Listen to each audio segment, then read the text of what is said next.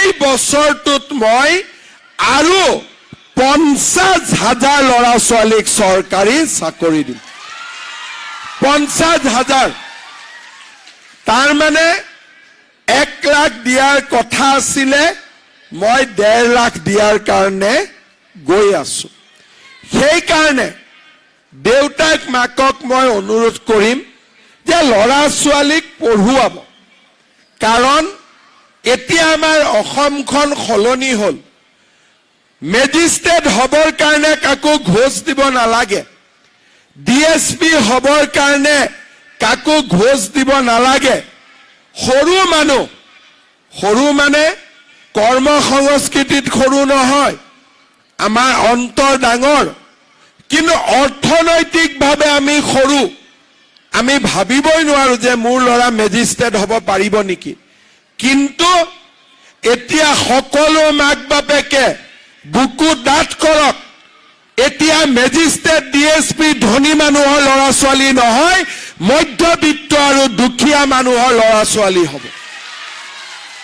আপোনালোকে মাত্ৰ ল'ৰা ছোৱালীৰ পঢ়াৰ কামত আপোনালোকে অলপ অলপ সময় খৰচ কৰক। কাৰণ দেউতাক মাকৰ কষ্ট হয়, কাম কৰিব লাগে, ঘৰ চলাব লাগে।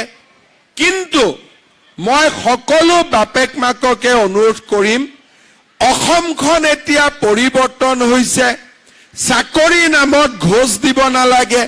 গতিকে আমি ল'ৰা ছোৱালীৰ পঢ়াৰ কামত অলপ অলপ আমি সময় দিব লাগে। আজি মই আপোনালোকক ক'ব খুজিছো যে এইবাৰ যিমান ল'ৰা ছোৱালী মেট্ৰিক পাছ কৰিছে বা হায়াৰ ছেকেণ্ডাৰী পাছ কৰিব, তেওঁলোকৰ প্ৰত্যেকটো ল'ৰা ছোৱালীৰ এডমিশ্যন এইবাৰ মই বিনামূলীয়াকৈ কৰি দিম, কোনেও পইচা দিব নালাগে। ইয়াৰ উপৰিও ল'ৰা আৰু ছোৱালীটো এডমিশ্যন বিনামূলীয়া হ'ব। তাৰ উপৰিও ছোৱালীবিলাকে যেতিয়া কলেজত এডমিশ্যন ল'ব, ছোৱালীৰ পঢ়াৰ দায়িত্ব এইবাৰ দেউতাক মাকে ল'ব নালাগে, ছোৱালীৰ পঢ়াৰ দায়িত্ব এইবাৰ মামাই ল'ব। তাৰ মানে যিবিলাক ছোৱালী হায়াৰ ছেকেণ্ডাৰী ফাৰ্ষ্ট ইয়াৰ আৰু ছেকেণ্ড ইয়াৰত পঢ়িব, তেওঁলোকক আমি বছৰত 10,000 টকাকৈ বেংকৰ একাউণ্টত দিম।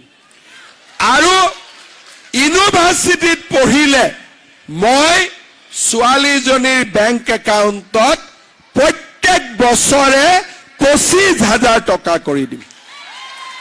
তাৰ মানে দেউতাক মাকে ছোৱালীৰ পঢ়াৰ কাৰণে চিন্তা কৰিব নালাগে। ছোৱালী কোনে পঢ়াব? মামাই পঢ়াব। মই কিয় শিক্ষাৰ কথাত জোৰ দিছো? এই পাথৰকুৱাৰী নাৰেংগীৰ পৰা জাগিৰোড